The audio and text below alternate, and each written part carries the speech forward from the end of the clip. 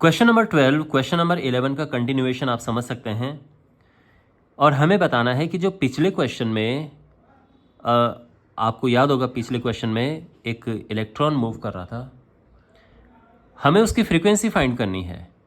Okay, अगर आपने question number 11 किया है तो आपको पता होगा कि एक इलेक्ट्रॉन, बल्कि ये क्वेश्चन नंबर 11 है, एक इलेक्ट्रॉन जो है ये इस तरह से मैग्नेटिक फील्ड में एंटर किया परपेंडिकुलरली और एक सर्कल में गया, तो इसकी फ्रीक्वेंसी हमें बतानी है।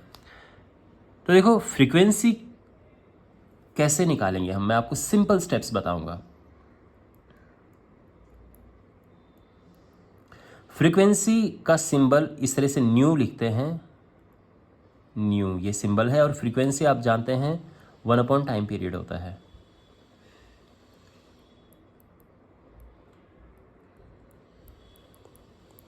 टाइम पीरियड, अच्छा टाइम पीरियड यानी एक कंप्लीट राउंड करने में, यानी एक चक्कर को पूरा करने में कितना टाइम लगता है, ये है टाइम पीरियड।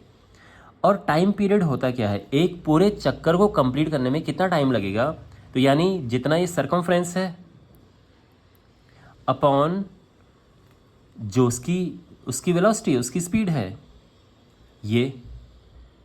अब इसे हम अगर यहाँ पे पुट करें तो फ्रीक्वेंसी आ जाएगी, तो फ्रीक्वेंसी इसका रेसिप्रोकल हो जाएगा, तो v अपॉन 2πr ये है। अब v क्या है ये आपने यहाँ पर, हम यहाँ से आराम से फाइंड कर सकते हैं कि v क्या है। ओके, तो देखो ये तो हमारे पास है, बल्कि 2π को अलग कर दो थोड़ा सा, v अपॉन r को अलग कर दो। देखो इसमें और इसमें कंफ्यूज मत होना, ठीक है, इसका शेप थोड़ा सा ऐसे होता है, ऐसा, ये न्यू है, ग्रीक लेटर्स जो है उनका एक लेटर है ये। अच्छा, अब ये कैसे निकलेगा, तो इसके लिए वापस आप बेसिक्स पे जाओ कि जो centripetal force mv² upon r होता है that is QVB sine theta. यहाँ पे एक v से v कैंसिल हो गया और v अपॉन r हमें मिल जाएगा यहाँ से QB sine theta divided by what, divided by m। तो यहाँ पर ये आ जाएगा 1/2π टाइम्स QB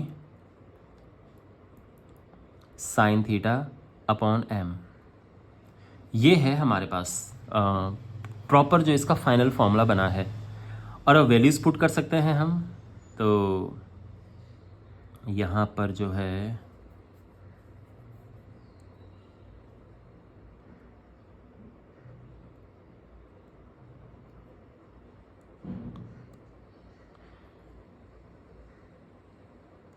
ओके, तो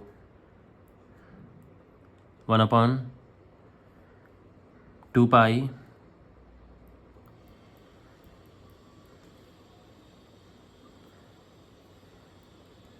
Q charge 1.6 into 10⁻⁻19 coulomb. B is magnetic field जो कि था पिछले क्वेश्चन में 6.5 गॉस, 6.5 गॉस।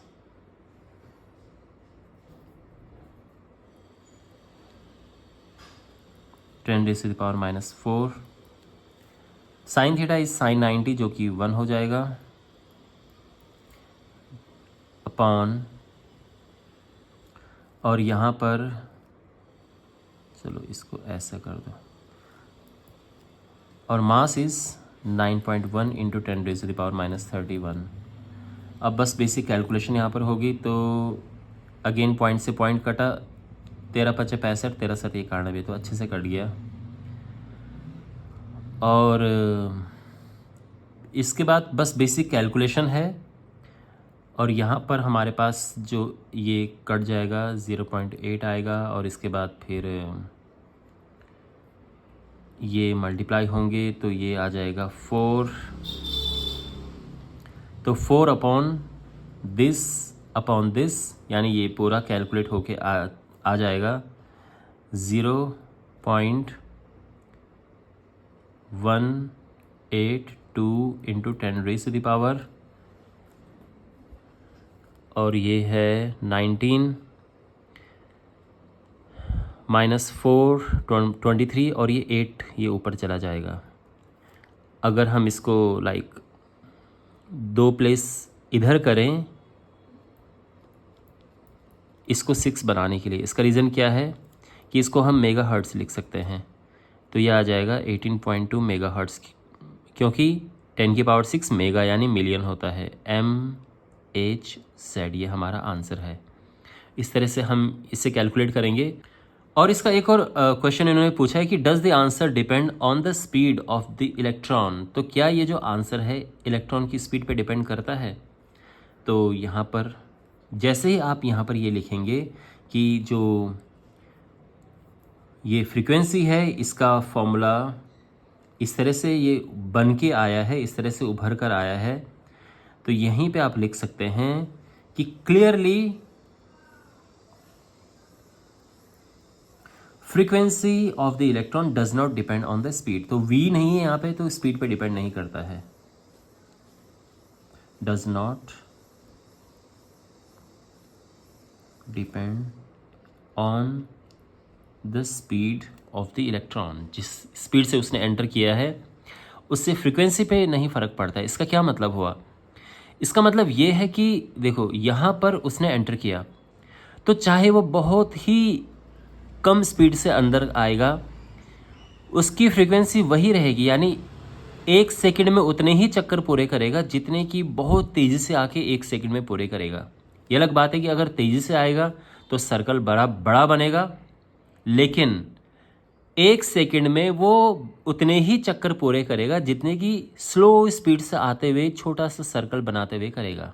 समझ रहे ना आप, क्योंकि सर्कल छोटा होगा उसकी स्पीड भी छोटी है, टाइम सेम लगेगा एक चक्कर को पूरा करने में। तो ये है ये जो पूछा गया है यहाँ पर। आई होप ये सब आपको क्लियर हो गया होगा।